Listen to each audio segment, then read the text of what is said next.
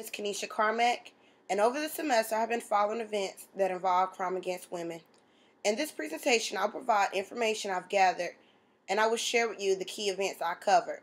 I will also share with you some sociological perspectives and observations I have made about the problem.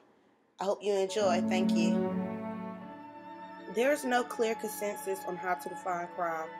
Crime has been a global issue for years now, and still today has an effect on everyone in some kind of way. There are two types of crimes: conventional crimes and non-conventional crimes. Conventional crimes include violent crimes, property crimes, and victimless crimes. Non-conventional crimes include white-collar crimes, organized crimes, corporate crime, and political crime. Over this course period, I chose to investigate global crime against women. I chose to focus mainly on conventional crime because those types of crimes are popular and known to have an effect on many women globally.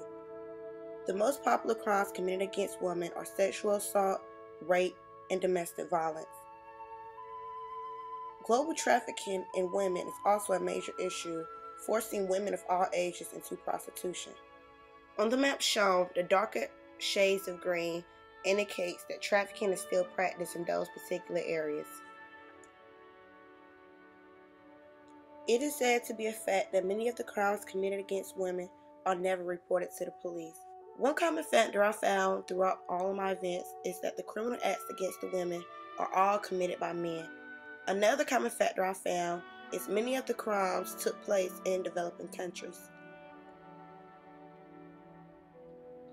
One of the most dangerous countries on this earth is South Africa. The country has been described as the rape capital of the world, with 118.3 rapes per 100,000 people. South Africa has a very high murder rate and is known to be a country with one of the highest homicide rates in the world.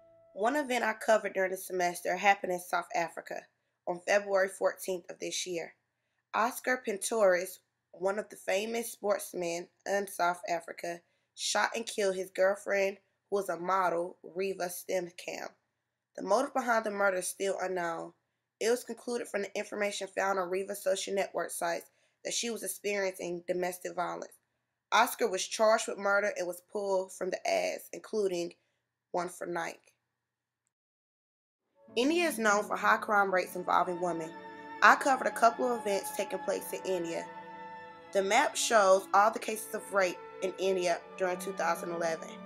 The dark red shows that there were 2,500 cases or more. The orange represents 1,000 to 2,000, and the green represents the lower cases, which is 1 to 1,000.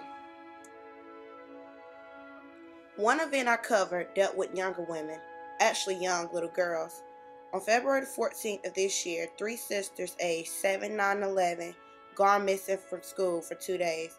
The Press Trust of Indian News Agency reported that the case was first dismissed by the police as accidental.